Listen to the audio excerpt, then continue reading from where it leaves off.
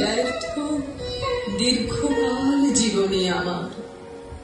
ধিক ধনুষর, ধিক বাহুবল, মুহূর্তের অশ্রুবন্যা বেগে ভাষায় দিল যে মোর পৌরুষ সাধনা।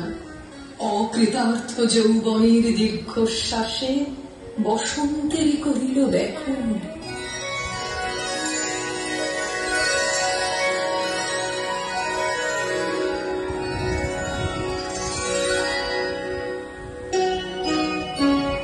মণিপুর নৃপদুহিতা তোমার চিন্তা